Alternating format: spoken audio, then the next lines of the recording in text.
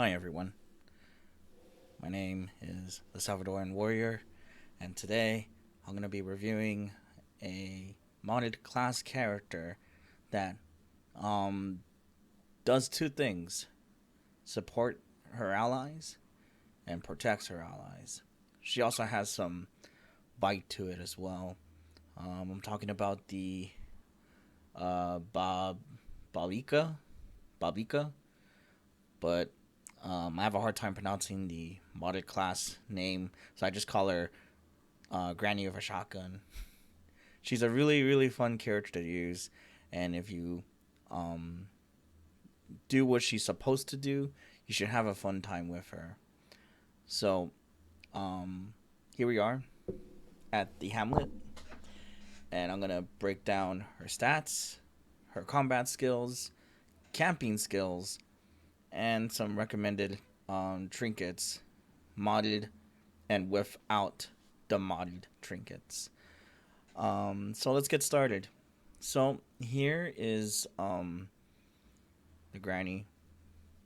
Her backstory is something that I won't go into because well, it's not long. It's just very vague. You know, she had two sons, and one by one, her children never came back. So she was alone, and now she's at the Hamlet for redemption or something. Look, I'm going to leave a link in the description of the class in case you're interested, and the link will also include her backstory if you want to look at it. I'm not the greatest storyteller, I'm sorry. So, let's look at her stats. So, if I take out all of the trinkets that she has, right? And if you ignore the evasion and all that whatnot, she's not the fastest mod class, but she has a huge amount of HP and yeah, just a huge amount of HP. She has a little bit of dodge. It's kind of decent. What this character is supposed to come with is some proc, but that gets added with her combat skills. But I'll go into details about that later.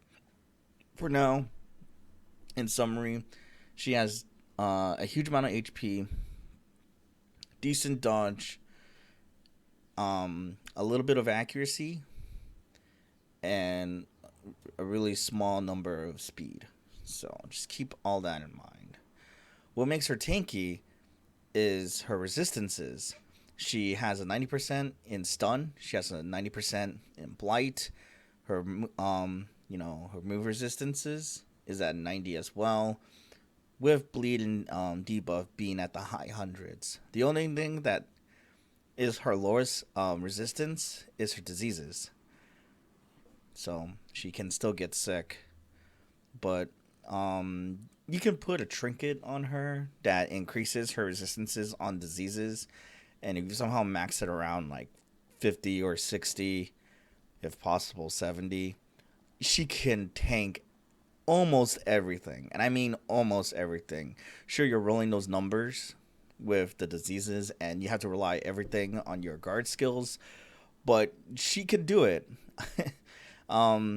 So she's pretty good at what she does, being the support and tanking role, almost similar to the man at arms. So, almost similar, okay? So let's go over her combat skills. Her first one is practice shot. It can be used in positions 3 and 4 and can hit the enemy's positions 2 through 4. And the accuracy is at 115, crit 5%, with an armor piercing of 35. It's really good if you want to take out the back line, if that's your sole focus, right next to somewhere in the middle of 2 and 3, because there are enemies that has like 15 proc to like 25, sometimes even more, and it could get really annoying. So she can be really good to try to help the frontliners take down that type of stuff. Or if you want her to just be doing the back line on some damage, she can do that too, but that's not really her sole focus. It's just a given. It's nice to have while you're protecting your allies and stuff, but just keep that in mind. That's not her true job. Do not be fooled into thinking she's a damager. The next one is shelling. It can be used in positions 2 through 4 and can hit an AoE attack on 1 and 2 on the enemy side, which has the accuracy base of 105, crit 1% crit, and this is where it gets a little confusing because I'm always seeing a penalty negative % damage in rank 1 and a negative damage in 60% at rank 2. Just so you know,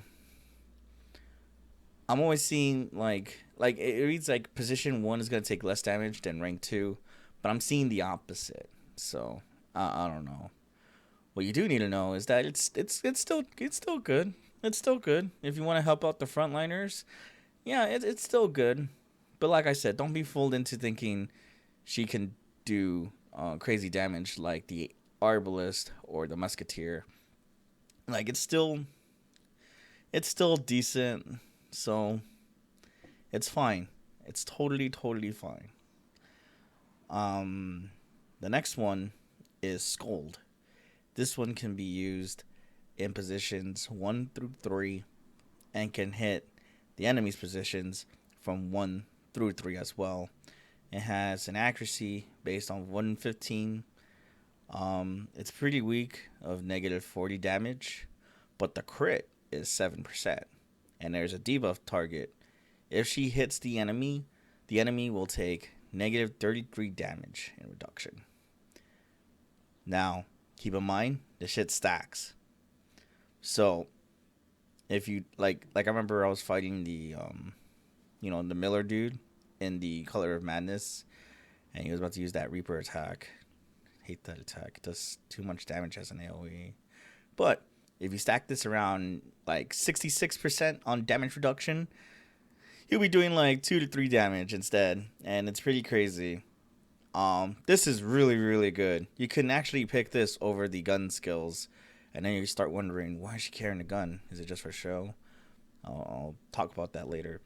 Other than that, this is a really good support skill if you want to reduce the damage on your allies. You just gotta pick one target because she can't obviously do it for everybody. But it's really good. I totally recommend you put this on her no matter what. Now here comes the next thing that she's really good at and what she's supposed to do. Get Behind Me is a guard skill that can be used in all positions, and it pulls back one of your allies by one position, and she gives herself 25% of proc. 25% of proc is really good, and if you're carrying a trinket that has 10 proc or 20 with the move resistance, those heavy boots, she can super tank some damage, and I just think it's really good. And the way it's done is that if she's in positions like 3, for an example, and you want to protect someone in positions 1, she'll pull that person off of position 1 to 2, while someone who is in position 2 gets moved up to position 1 instead. So when you do this, make sure you have someone that can move back to the regular position, because if you don't have a shuffling move in that ally you want to protect, and this goes for any of the characters you put in your party, it's going to be a hindrance and it might screw your strategies over. So that's my recommendation if you want to use this awesome guard skill. Have a shuffling move in that ally, or at least 2 allies for the front row. Back row maybe, but your back row should be fine. The next combat skill is Motherly Care. It's a move that can be used in all positions, and she can heal with the base of 4 and stress heal of 6. Now, when she's guarding, her healing skill gets increased by 50% right next to her stress healing, but that's only if she's guarding. And this is actually really, really good. If you're guarding someone at full health, you can actually use this skill on anyone in the party. So she changes her role into being a stress slash healer, which is pretty good. And even if you're not guarding, the heal isn't all that significant, but the stress is still good as well. A -6. You don't get a lot of stress healers in the official Darkest Dungeon roster. The only person that can stress heal is Gesture, and he does that for everybody. Everyone else has their individual stress heals, and you'll be wasting a turn trying to stress heal to avoid a heart attack or to avoid going crazy if you want to play the RNG numbers and think you're going to get a virtue, a good one. But still, stress healing is really, really important, and having that on someone else who does the healing at the same time is really, really, really good. I highly recommend this skill. The next combat skill is Shared Wisdom. It's a buff target hold on, losing my footing here. It's a buff target with -20 stress with a +10 accuracy, and if you're guarding, you give your ally 25% proc. So even if you're not guarding, having 10 plus accuracy is really good. So if you put it on someone like the leper, he'll just get 10 accuracy like that. However, it is a buff, so it will go away soon. If you're guarding, you can give that target 25% proc, and that'll be something that'll be really, really good. You can't put this on yourself, sadly. Maybe you can. I don't know. I haven't tried it. I healed myself with this, so maybe you can. If you're guarding and you're already let's say you're guarding with Get Behind Me, and you Shared Wisdom on yourself, you get that proc to 50, and you see some really crazy stuff after that. You'll be able to tank even more stuff. But if you want other heroes to experience 25% proc too, or something, this is also a good choice too. All I'm saying is that -20 stress is kind of niche. It's not all that impressive. You'll take less stress, but if you know anything about this game, stress is everywhere, especially with your negative quirks. But let's move on. I spent too much talking about Shared Wisdom. The last combat skill is Muzzle Flash. It can be used in positions 2 to 3, and it can hit all positions on the enemy side. It has a accuracy of 120. The damage is not that great, but the crit is impressive at 8%. It bypasses stealth, and it de-stealths them, and it gives your torches a +8. And if you hit them during stealth, they should take a full damage of 150. Well, not 150 like solid numbers, like 150%. And you know what? It's really good because there's always stealth enemies on the back row, and they usually get melted. They just disappear when you use that move on them. If they're in the middle, like those skeleton graveyard people, and you do this, they'll live, but they'll be close to death to where one of your allies could like pepper them or something, and that'll finish the job. It's a really good move. I highly recommend it. So, what's my advice? Well, if you do this, this is all you need. This is all you need. This is perfect. because you're strong in positions 3 and 2, just in case you get moved around. But if you don't feel like healing and you just want to do the support part while you have a vessel, this is also good too. Now, when you start off her at level 0, it won't be easy because these two skills, including this one, is pretty weak. And no, don't crucify me when I tell you this, but if you use this and you put it in position 3, this should be good. If you want to mess around with the guard skill, this is also good too. So in the beginning, at level 0, you want to do this. And when you get to like level 3 or something, change it up to this. Because at level 3, in those level 3 dungeons, you're going to come upon stealth enemies. And it's going to be insane. Now, I'm going to leave a, a demonstration on what she's like on the field. And you're going to notice that I never use this move on one of those stealth enemies. I forgot. But please just believe in me.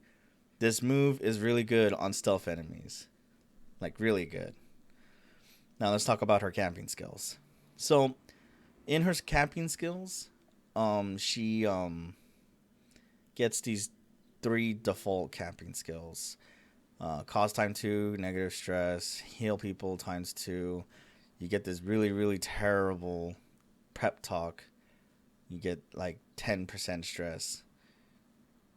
Ugh. But she has 4 other unique camping skills. So her first one is Rest for the Weary. It's a time cost 2, and it only applies to herself. She heals herself by 40%. She de-stresses herself by -10, but she reduces her speed by 2. This lasts for 4 battles. Reducing her speed isn't a bad thing. So if you really need to de-stress yourself, this is really good if you have the cost for it. Keep in mind, I don't know. You'll never see yourself needing to heal all the time because when you eat, you're basically good to go. But if you're in a really bad position and she needs more healing, I guess this camping skill is not too bad. The next camping skill is Double Stitch. It's a time cost 3, and she can apply this to 1 companion. She gives her companion 10% proc and a 25% debuff resist. This lasts for 4 battles. 10% proc is a blessing. Like, you'll pick that over 10 crit or something. And of course, a 25% of debuff is also good. It's a big number. I highly recommend this. I have nothing against this. That's it. This next one, however, Elderly Advice. It's a time cost 3, and this goes for 1 companion only. You give that companion plus 5 accuracy, plus 5% of crit, and a resist stress of 15. This lasts for 4 battles. It's okay. I just don't like the 5 number. I wish it was a little bit stronger. If it was, I'll be slapping this on every ally. Well, not every ally, just one ally that needs it the most. But if you want to squeeze that number, I guess. But, man, it's just not that good. I really wish it was stronger. That's pretty much all I have to say about Elderly Advice. The last one, Home Cooking, is a time cost 4, and it heals the party by 10% of HP with -10 stress, and everyone gets this one goes to random, because I always see this debuff go on random characters, including yourself. You get a 25% negative of food consumed. So that means you can get to those hunger checks a little bit more. I thought it was the opposite, but no, it's actually the worst. But 10 stress on the entire party and healing everybody isn't so bad. If you want, you could. If there's some recommendations on which camping skills you want to take, well, you could do this. Because this Rest for the Weary is really good. This is also really good. This is kind of good. Right next to this one. Because, it's cheap. But enough about this one, okay? This, however, you want to think about that. You really, really want to think about this. While these last two, you don't have to think about that. Because, look, it's cheap. It's a time cost 2. And this one's a time cost 3. One of your other allies will be having a Nightmare Party protection. And usually those cost around 4. Some of the mod characters go a little bit more or a little bit less.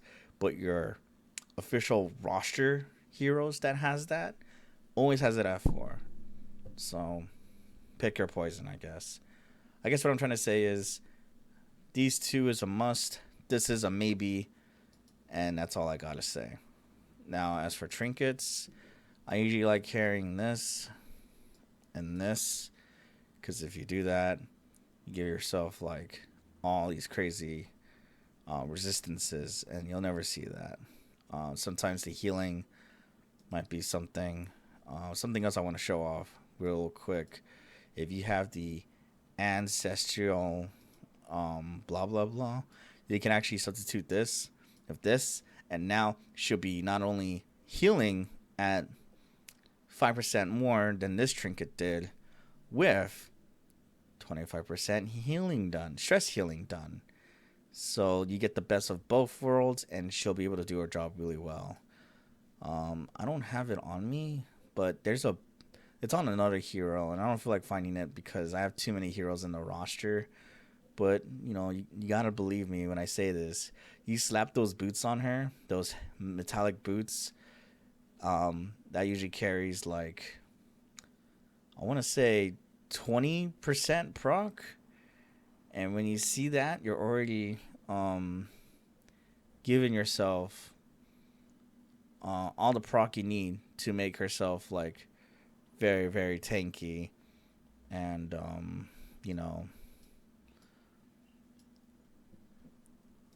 you use the motherly love thing. Use the get behind me thing. And once you use the get behind me combat skill with those boots, you should be somewhere around 45 protection. And that shit's just really good. Sorry about the profanities, but it's just impressive to know that someone went out of the way to make not only a support character, but a stress healer at the same time, who can also do damage in the back row if you choose to, and is a lot of fun to use. So I highly recommend you check out the link in the description that I'll leave of this modded character, the Babička, or as I like to call her, Grinding Lady of a Shotgun. And she'll be your favorite support character, because you don't get a lot of those in the... Well, you do get a lot for what the official roster has, but you can have more. You can have more and start having a whole bunch of crazy shenanigans with this character. So, with that said, I hope you guys have a nice day. And after this part's over, you're going to see a demonstration of her in action in the field. And, I would tell you, like and subscribe and all that whatnot, but, you don't have to. But if you want to, I will provide more reviews of more modded characters in the Darkest Dungeon, only because, there's a lot more modded characters in this game. Most of them good, some of them questionable. Until then, I'll leave a link in the description of this mod character, and enjoy the game footage of this lady, and hopefully it should give you an idea on how you're supposed to use her. Until then, you guys have a nice day, and I'll see you later.